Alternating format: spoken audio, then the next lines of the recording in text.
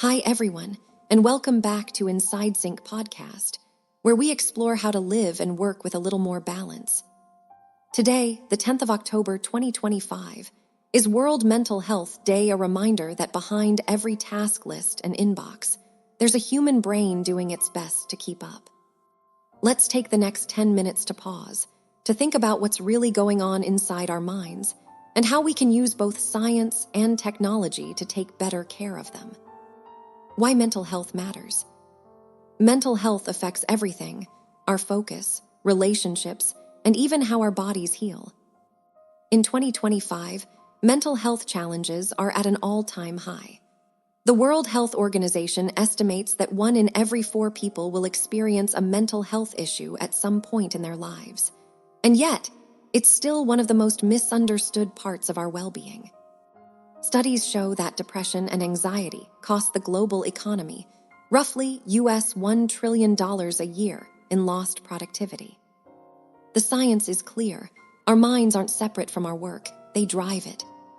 When we feel safe, rested, and connected, our prefrontal cortex, the part responsible for problem-solving and creativity, literally lights up. When we're stressed or sleep-deprived, it shuts down. So, looking after your mind isn't self-care fluff, it's cognitive maintenance. What's going wrong? We live in an age of constant stimulation. The average person checks their phone over 150 times a day. Each interruption floods the brain with dopamine, training us to seek microbursts of reward, but it also fragments attention and increases cortisol, the stress hormone. Neuroscientists call it attentional residue, when part of your mind stays stuck on the last thing you were doing. That residue builds up like digital dust. No wonder so many of us feel mentally cluttered, even when we're technically resting. Our brains were designed for rhythm, focus, rest, reflect, not for endless scrolling. Small steps that make a big. The good news: tiny, evidence-based habits can reset that rhythm. Number 1, movement.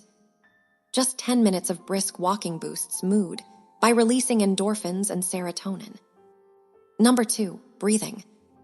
A Stanford study showed that a single minute of slow, intentional breathing, 5 seconds in, 5 seconds out, lowers anxiety faster than meditation apps for some people. Number 3, sleep. When you sleep less than 7 hours, your amygdala, the brain's alarm system, becomes 60% more reactive. So, protecting sleep isn't indulgent, it's emotional regulation. Number 4, connection. Harvard's study on adult development found one consistent predictor of happiness: the quality of our relationships, not income or success. These are small levers, but they compound, like interest on your emotional bank account. So, how technology can help? Now, you might be thinking, technology is part of the problem. And yes, it can be, but it can also be part of the solution.